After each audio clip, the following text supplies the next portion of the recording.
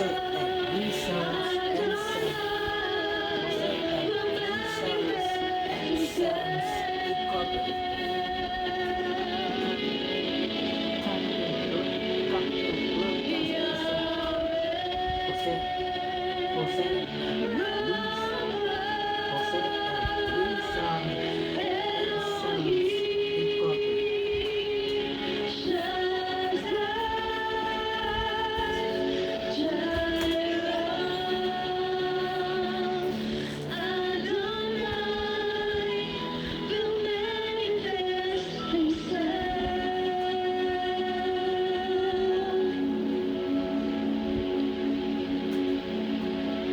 The Son set you free, you are free indeed.